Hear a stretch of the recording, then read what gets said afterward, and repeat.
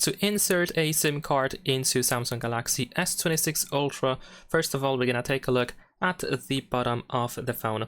Over here, we should be able to find the SIM tray. There's also this SIM tray hole, and we're gonna use the SIM eject tool and put it into that hole so that we can remove the SIM tray from the phone. Of course, if you don't have the SIM tray, remember that you can find it inside the box of the phone, or you can use alternatives, like something that looks in shape resembles the SIM tray. So we're gonna put it into this hole over here and then push it with a little bit of force in order to make it pop out slightly. Next, use your fingernails or fingers in order to remove the SIM tray completely from your phone.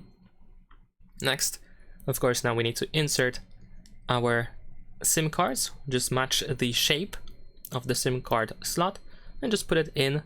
It should go in pretty easily, but also keep in mind that these SIM card slots are pretty loose, so it's really easy to drop the SIM card, so you might want to hold it with your finger in the meantime.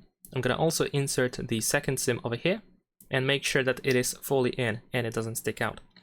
So after that, we're gonna put it back into the phone. We need to slide it back in. There we go. And make sure that it goes all the way in. It should not stick out. If it doesn't want to go all the way in, make sure that your SIM card or SIM cards are inserted properly. Leave a like and subscribe.